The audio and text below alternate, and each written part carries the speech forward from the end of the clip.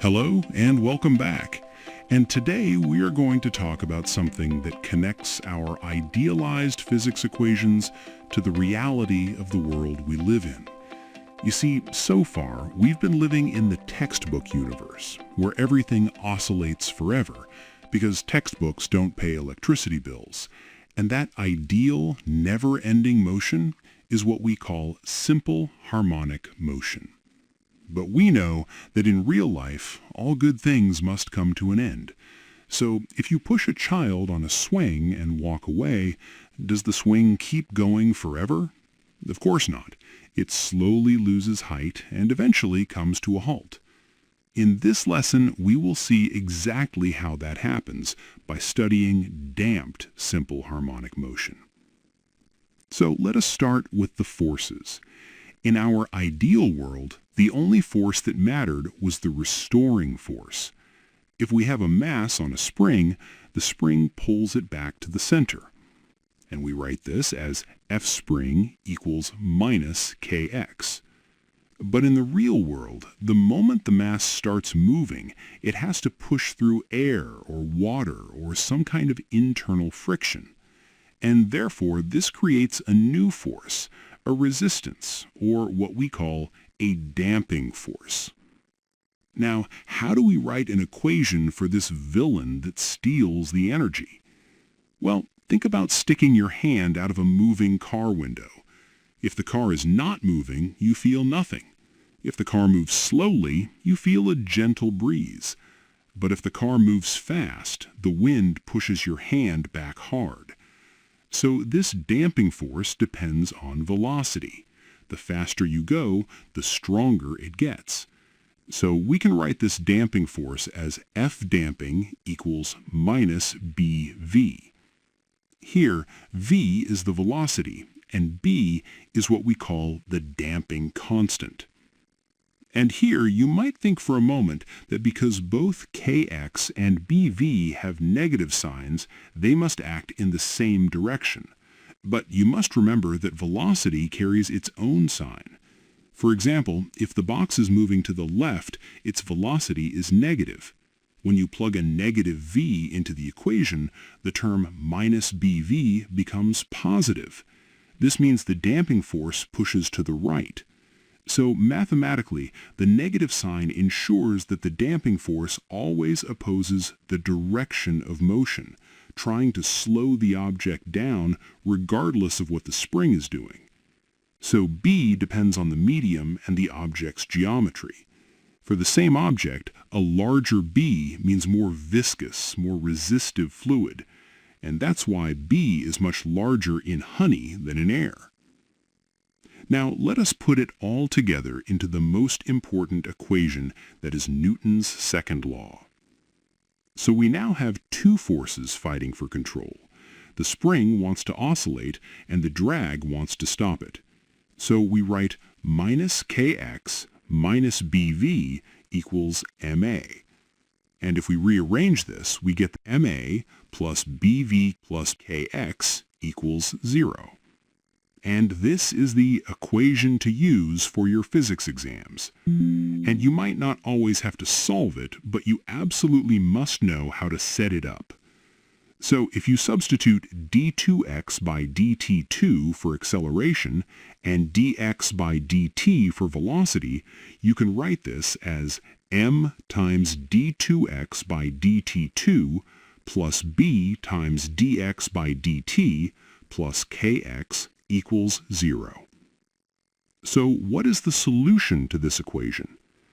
Well, if we solve the equation, and we will skip the heavy calculus for today, we get a result that tells a beautiful story.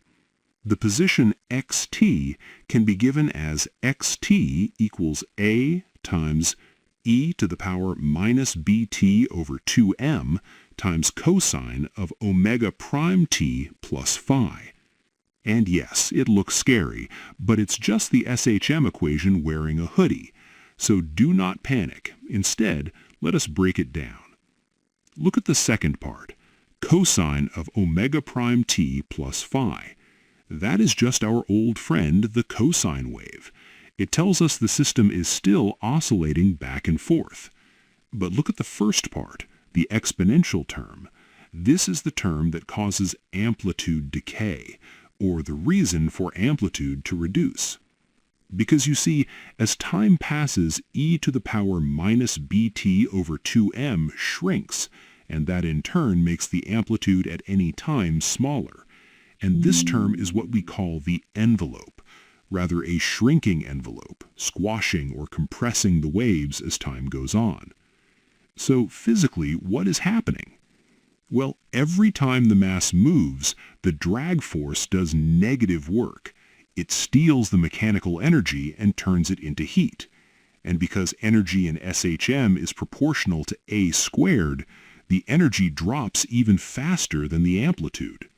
And that is why the energy dissipation in SHM leads to a smaller amplitude with each swing.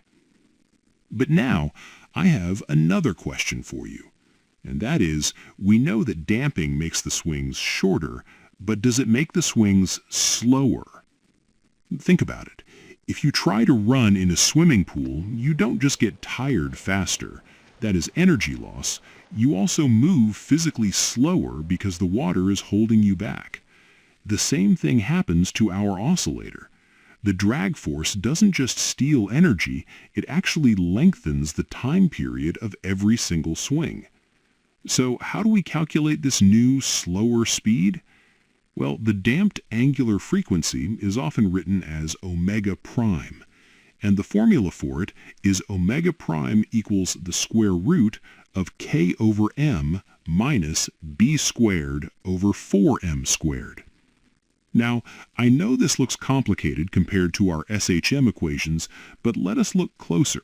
It tells us a very clear story if we break it down into two parts.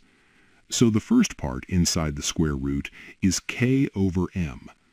Does that ring a bell? It should, because k over m is just omega 0 squared, the square of the natural frequency of the undamped spring. This is the speed the spring wants to go.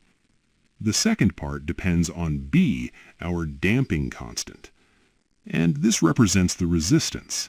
And notice the mathematical operator between them, a minus sign. This is the key to the whole concept. We are taking the natural speed squared and subtracting the drag factor. So mathematically, this proves that omega prime will always be smaller than omega. So the physics takeaway is that damping reduces the frequency.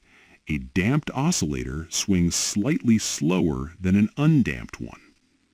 Now, let us play with the extremes to check if this math works. Scenario A. What if there is no friction? Say we're in a vacuum where B equals 0. And we see that if B is 0, the second term vanishes. We're left with omega prime equals the square root of k over m. Welcome back to the vacuum universe where friction has been canceled, and we have standard harmonic motion. The equation works. Scenario B. What if the friction is huge? Imagine we keep increasing B. The second term gets bigger and bigger. Eventually, the term b squared over 4m squared becomes equal to k over m. When you subtract them, you get 0. And that is what is called critical damping. At critical damping, the system returns to equilibrium as fast as possible without oscillating. If you increase b even more, you get a negative number inside the square root, which breaks the real math and tells us there is no oscillation at all. We have entered the over-damped state. So when you see this formula, don't just memorize the algebra. Read it like a sentence.